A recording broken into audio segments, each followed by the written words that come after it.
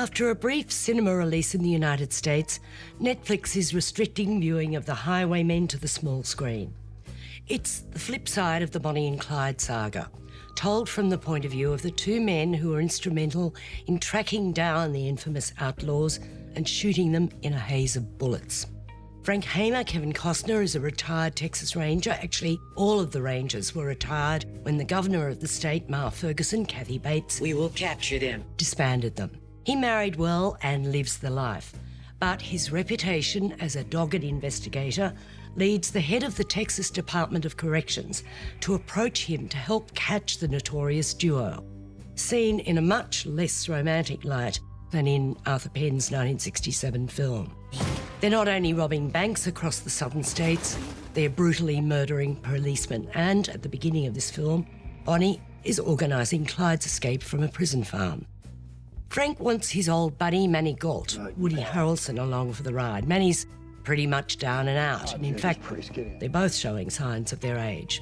The two bicker like an old married couple, and their relationship is really the strength of the film. Frank being the hard ass, Manny questioning the violence that's part of their lives.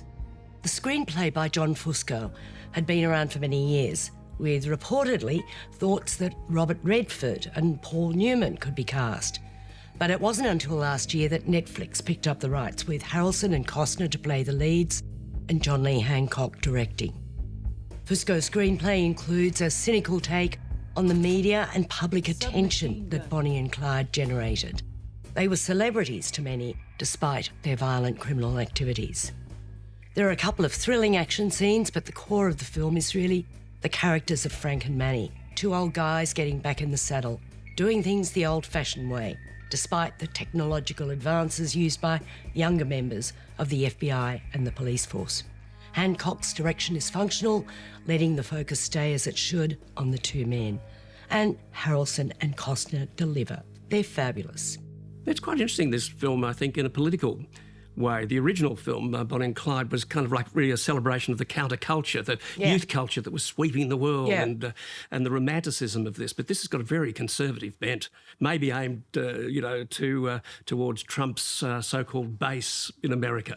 In order to catch criminals, you send killers out to kill them.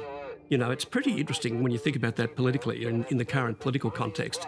But nonetheless, it is, as you say, sort of absolutely terrific to watch these two old codgers act. They're terrific. Well, it's also based on real characters. Frank Hamer was, in fact, a retired Texas Ranger. He did do this. Yes, we finish, as is often the case with these kind of films, with some lovely tinted shots of the original characters and the original car in which Bonnie and Clyde were shot to death.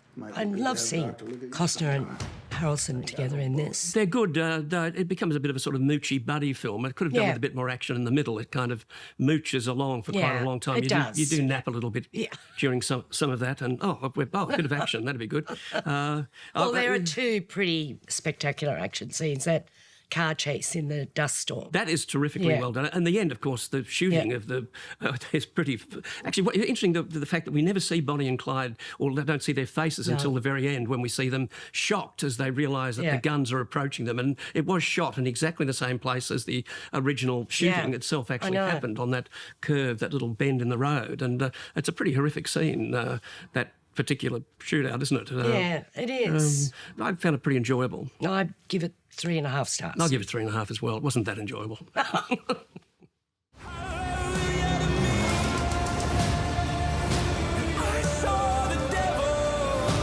come to the wrong place, mister.